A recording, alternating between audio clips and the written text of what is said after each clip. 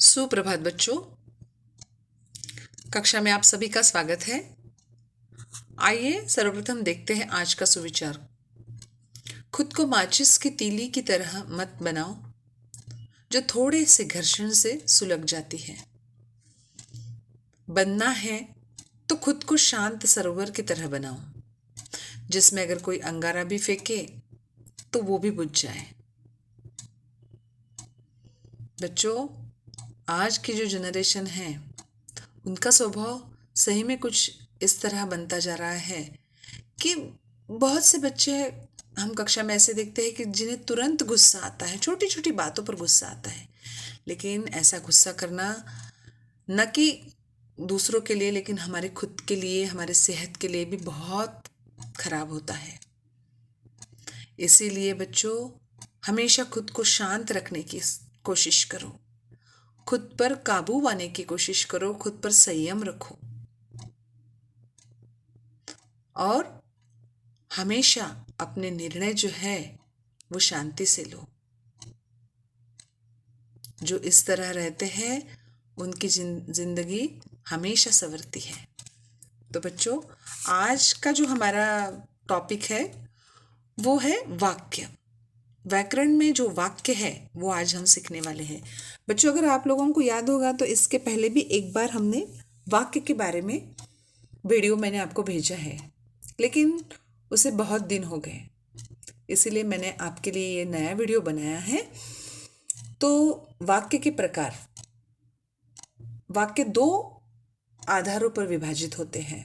एक तो रचना के आधार पर, जिसे हम कह सकते हैं रचना यानी बनावट, जिसे हम कह सकते हैं बनावट यानी जिसे बेस माना जाता है उसके आधार पर, और दूसरा है जिसका आधार अर्थ माना जाता है, यानी अर्थ के आधार पर। तो बच्चों, आज के इस वीडियो में हम रचना के आधार पर वाक्य के कितने भेद है और वो क्या है ये सीखने वाले हैं। तो रचना के आधार पर वाक्य के 3 भेद हैं। पहला है सरल वाक्य, दूसरा है संयुक्त वाक्य और तीसरा है मिश्र वाक्य। तो बच्चों, आइए प्रथम देखते हैं सरल वाक्य। अब सरल, इस नाम से ही हमें पता चलता है बच्चों की सरल यानी बिल्कुल सीधा साधारण वाक्य जिसे हम कहते हैं। जिस वाक्य में एक उद्देश्य तथा विधेय होता है उसे सरल वाक्य कहते हैं। इसमें एक ही क्रिया होती है। सरल वाक्य में भले ही कर्ता एक से ज्यादा हो, काम करने वाला कर्ता एक से ज्यादा हो, लेकिन मूल क्रिया जिसे हम मुख्य क्रिया कहते हैं वो एक ही होती है। बच्चों, आपको उद्देश्य और विधेय के बारे में मैंने इसके पहले भी बताया है कि वाक्य में जिसके बारे में कुछ कहा जाता है उसे हम उद्देश्य कहते हैं और जो भी कुछ कहा जाता है उसे हम विधेय कहते हैं। तो इस सरल वाक्य में एक मुख्य क्रिया होती है। हाँ, ये मुख्य क्रिया कई पदों वाली हो सकती है। देखो बच्चों, अब आपको क्रिया पहचाननी है तो आपको पहले क्रिया क्या है ये जानना जरूरी है। तो हम जानते हैं कि क्रिया वे शब्द होते हैं जिनके द्वारा किसी कार्य के करने या होने की सूचना हमें मिलती है, या किसी चीज के पूर्ण होने की सूचना हमें मिलती है, उसे हम क्रिया कहते हैं। तो सरल वाक्य की परिभाषा है जिस वाक्य में एक उद्देश्य तथा एक विधेय होता है उसे सरल वाक्य कहते हैं। अब यहां मैंने आपको 2 उदाहरण दिए हैं। वह साधु है, यह सरल वाक्य है, बिल्कुल सरल वाक्य है। इस वाक्य में कोई क्रिया है क्या?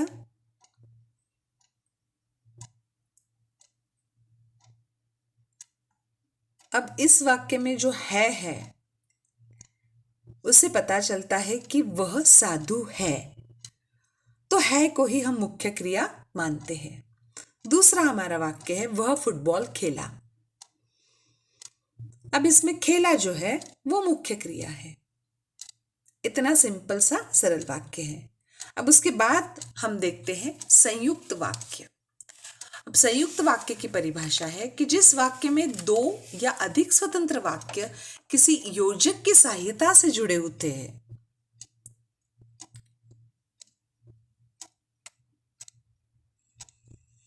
वह संयुक्त वाक्य कहलाते हैं।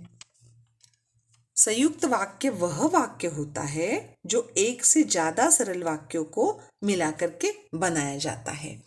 अब इनमें जो शब्द मिलाने के काम करते हैं वे बड़े महत्वपूर्ण भूमिका निभाते हैं। ये शब्द होते हैं और, इसलिए, किंतु, परंतु, या, वरना, अन्यथा। ये दो या दो से अधिक सरल वाक्यों को मिलाते हैं। बच्चों, अधिकतर वाक्यों में दो ही वाक्यों को जोड़ा जाता है, पर कई वाक्य ऐसे होते हैं जिनमें दो से ज्यादा वाक्य भी जोड़े जाते हैं। अब इन वाक्यों को जिन अव्यय द्वारा हम जोड़ते हैं, इन्हें हम संयोजक अव्यय कहते हैं। अब इन्हें संयोजक अव्यय इसलिए कहा जाता है क्योंकि इनमें किसी भी तरह का परिवर्तन नहीं किया जाता है। जैसे कि उदाहरण के तौर पे मैंने आपको दो वाक्य दिए हैं, रात हुई और तारे निकले। अब ये जो वाक्य है, इसमें रात हुई अगर लिखते हैं तो वो भी पूर्ण वाक्य है, और तारे निकले लिखा तो वो भी पूर्ण वाक्य है। यानी ये दो सरल वाक्य है जिसमें इस संयोजक अव्यय को निकाला तो भी वे अर्थपूर्ण होते हैं। इसमें कोई भी किसी पर आश्रित नहीं है। है क्या कोई आश्रित? अगर हम रात हुई बोलते तो भी पूर्ण वाक्य है, और अगर हम तारे निकले बोलते हैं तो भी पूर्ण वाक्य है। तो संयुक्त वाक्य में दो या दो से ज्यादा वाक्य भी रहे तो भी वे एक दूसरे पर आश्रित नहीं होते, वे अपने आप में स्वतंत्र होते हैं। अब दूसरा वाक्य है, वह सोया रहा इसीलिए गाड़ी ने पकड़ सका। वह सोया रहा, ये भी एक सरल वाक्य है। गाड़ी ने पकड़ सका, ये भी सरल वाक्य है। अब हमारा तीसरा और अंतिम भेद जो है वो है मिश्र वाक्य। अब मिश्र वाक्य की परिभाषा है कि जिस वाक्य में एक प्रधान उपवाक्य के साथ एक या अधिक आश्रित उपवाक्य जुड़े होते हैं उसे मिश्र वाक्य कहते हैं। एक से ज्यादा उपवाक्यों का योग होता है। जिसमें एक से ज्यादा उपवाक्य होते हैं, इनमें स्वतंत्र वाक्य नहीं होते, बल्कि हम कह सकते हैं कि उपवाक्य होते हैं, आधे अधूरे वाक्य होते हैं। ये दूसरे उपवाक्य के सहारे रहकर वाक्यों को पूरा सेंस देते हैं। जब तक ये दूसरे वाक्य से जुड़ेंगे नहीं, तब तक इनका अर्थ नहीं निकलेगा।